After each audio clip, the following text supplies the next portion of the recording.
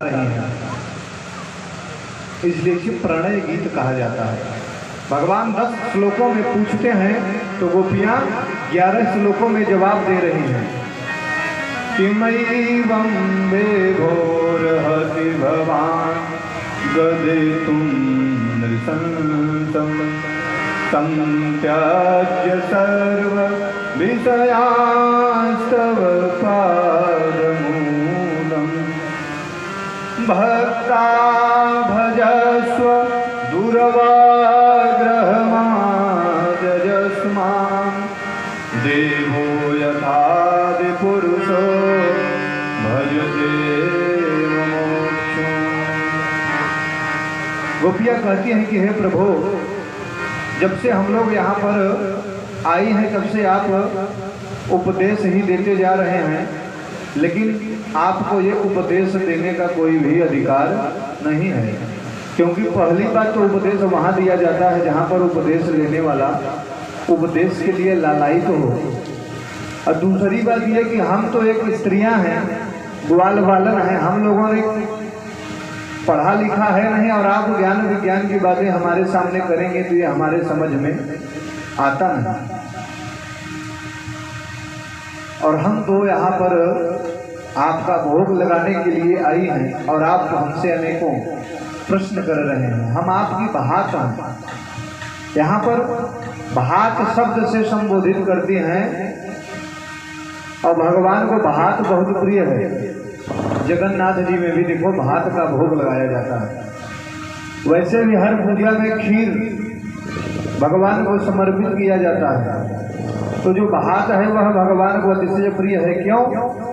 क्योंकि उसके साथ में जितनी क्रियाकलाप होती है ना, वो एकदम हम लोगों के साथ में मिलती हैं। खेतों से जब फसल तैयार हो जाता है तो धान निकलता है, और अगर उस धान को बहुत बार कूटा जाता है तो उतनी कूटने के बाद उसमें से चावल निकलता है, और फिर उस चावल को जब तपाया जाता है, उबाला जाता है, खौलाया जाता है, तब जाकर के वह अपनी सारी कठोरता का त्याग करता है, और उसके अंदर में जो भी कठोरता का गुण है एकदम समाप्त हो जाता है, तब जाकर के भात तैयार होता है। तो आज गोपियाँ बताना चाहते हैं कि प्रभु, हम भात हो चुकी हैं, किसी भी प्रकार की कठोरता, किसी भी प्रकार का मान अभिमान अब हमारे अंदर नहीं है, इसलिए आप प्रेम से इसका भोग लगा सकते हैं।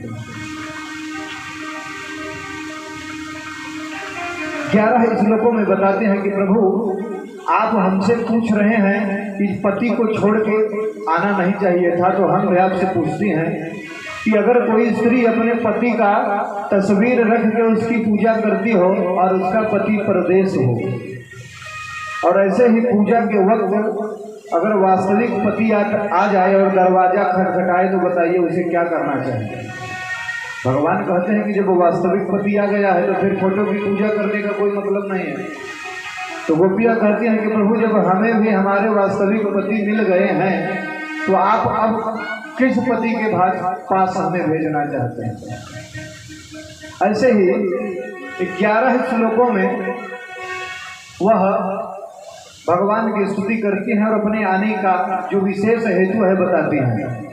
किसिंचानस्त्वदनामृतपूरकेण हासावलोकल गीत जहेक्षयाग्निं नो चेद वयं विरहजाग्नुपयुक्त देहा ध्यानेन याम पदयोः पदवीं सखेके।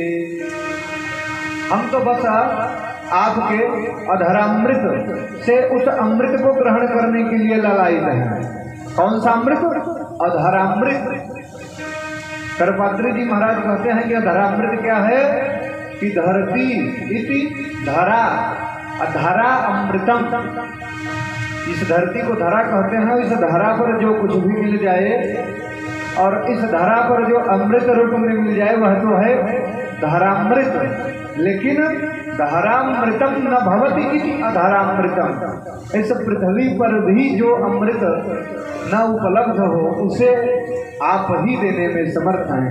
इसलिए हम उस अधरामृत को पाना चाहते हैं कि जो इस धरणी धरा पर भी उपलब्ध नहीं है। और वह क्या है? कहते हैं कि रसो वैसा जो वह है ना, वह क्या है? रस है। ब्रह्म के स्वरूप का वर्णन करते हैं, सदियों में इसका विस्तार से वर्णन मिलता है कि वह जो है वह कैसा है? रस स्वरूप है। इसलिए हम उसका आस्वाद लें। रसम ह्यवायम लब्ध्वा आनंदी भवति। इस तरह से बड़ा ही प्यारा प्रणय गीत गोपियां गाती हैं। और भगवान तो यही चाहते ही थे कि ये अपने प्रेम का खुल करके यहाँ पर वर्णन करें, अपने प्रेम को स्वीकार करें और मुझसे खुल के कहें। इनके मन में कोई भी अवरोध न हो जो रोकने वाला हो। आज वो लोक लाज सब कुछ छोड़ करके भगवान के पास में आ गई है। अब भगवान सबके साथ में विहार कर रहे हैं। बाहु प्रसार परिरंभ कराल कोरु निविष्टनाल भन नर्मन पेल्यावलोक हसितैर ब्रज सुंदरीणाम उत्तम भयन रतिपतिम रमयांजकार। भगवान ने अपने अंक में भर करके सबके साथ में रास विहार कर रहे हैं, नृत्य कर रहे हैं और इस दृश्य को देख रहे हैं। कौन? रतिपति। रतिपति कौन है? कामदेव। और जब कामदेव यह देख रहे हैं तो अब कामदेव अपने पूरे वेग में यहाँ पर आने का प्रयास करते हैं। लेकिन भगवान को कौन है? योगेश्वर है। भगवान का काम से कोई लेना देना नहीं है। यहाँ पर काम का किसी भी प्रकार का प्रवेश नहीं होने वाला है। बहुत प्रयास करने के बाद भी काम अपने किसी भी प्रकार को, यहाँ तक कि अपनी छाया भी नहीं छोड़ पाता। और इस तरह से विहार करते हुए गोपियों के मन में अभिमान हो जाता है कि देखिए कि जिसके लिए बड़े बड़े लोग जिनके दर्शन के लिए परेशान रहते हैं, जब तक प्राणायाम नियम का पालन करते हैं और जिनके ब्रह्मादिक देवता भी हमेशा स्तुति गान करते रहते हैं, आज देखिए हमारे साथ में वह नृत्य कर रहा है। और वहीं पर उपस्थित एक गोपी के मन में मान हो जाता है। तो भगवान उसे मनाने के लिए वो जो एक गोपी है वो कौन है? वहां पर एक गोपी का संकेत करते हैं तो किशोरी जी राधा रानी, लेकिन वहां पर एक गोपी कहते हैं। अब उनको मनाने के लिए और इनको गोपियों को अभिमान हो गया तो उनके बीच से भगवान अंतर्धान हो गए। जैसे ही भगवान सबके सामने से हटे तैसे ही उन लोगों के अंदर से क्रंदन शुरू हो गया, क्योंकि अभी तक तो लावाई थे उनके साथ विहार करने के लिए, और जब भगवान सुलभता से प्राप्त हुए तो फिर इनके मन में अभिमान आ गया। अब भगवान इसे भी समाप्त करने के लिए उनके बीच से ही अंतर्धान हो गए। अब तो गोपियां छटपटाने लगी। अब उनकी चेतना जा रही है, जड़ और चेतन का भेद समाप्त हो रहा है। वह पूछती हैं वृक्षों से, पीपल के वृक्ष से, बट वृक्ष से, जो ही दिखाई देता है उनसे पूछती हैं कि आप लोगों ने मेरे कन्हैया को देखा है क्या कहीं जाते हुए?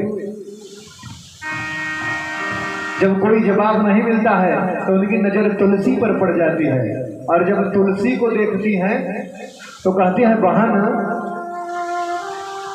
तेरे तो श्रृंगार ही भगवान से है और भगवान तुझे बहुत पसंद करते हैं, तू तो उनके प्राण प्रिया है, तू ही बता दे कि कन्हैया कहाँ गए हैं। तो दूसरी गोपी क्या कहती है कि अरे ये कब से बताने लग गई, ये तो हम लोगों की सौत है, जैसे हम लोग उन्हें पसंद करते हैं उस तरह से ये भी तो उन्हीं के लिए परेशान रहती है, तो ये भला हम लोगों को उनका पता क्यों बताएगी।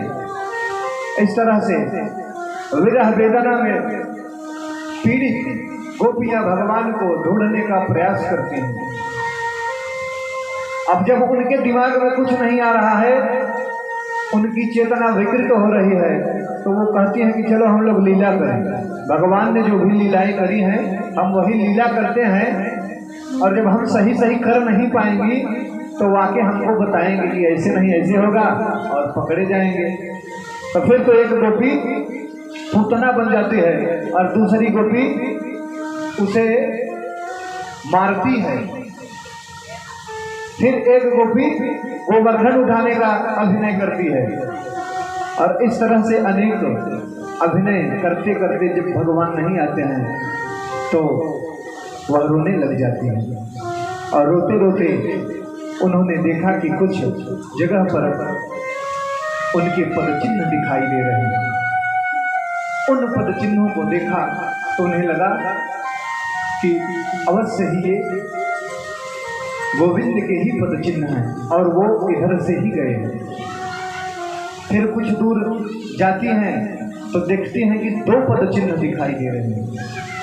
गोपियां कहती हैं यहाँ से कोई और गया है, लेकिन जो दूसरा पदचिन्ह है वह देख करके लगता है कि किसी स्त्री का ही यह पदचिन्ह है।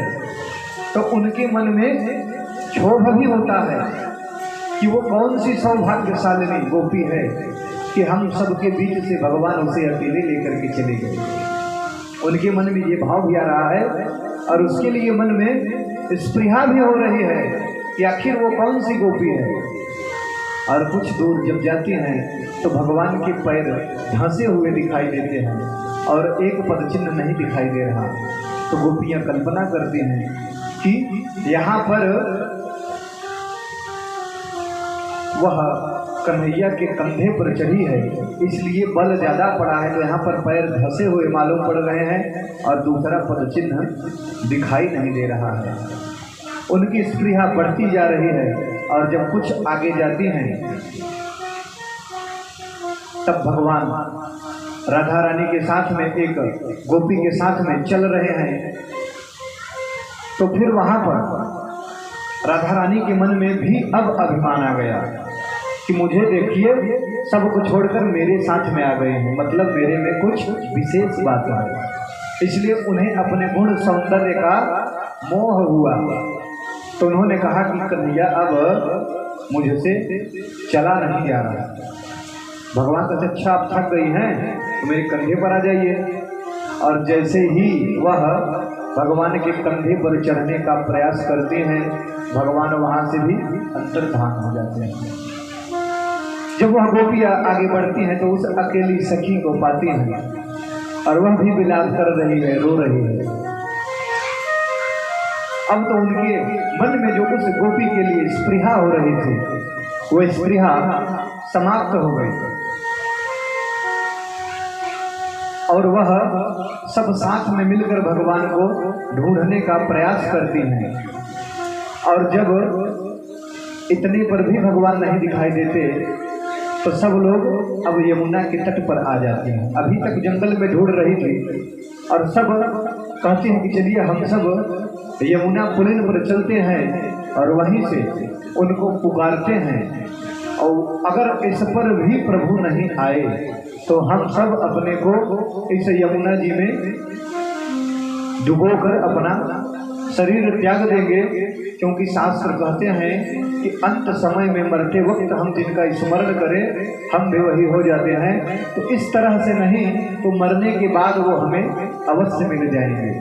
और सब सखियां आ जाती हैं यमुना के पुलिन पर और यहाँ पर सब लोग बहुत ही प्यारा गीत गाते हैं जिसे कहते हैं गोपी गीत। ये भागवत का सबसे सुंदर गीत है।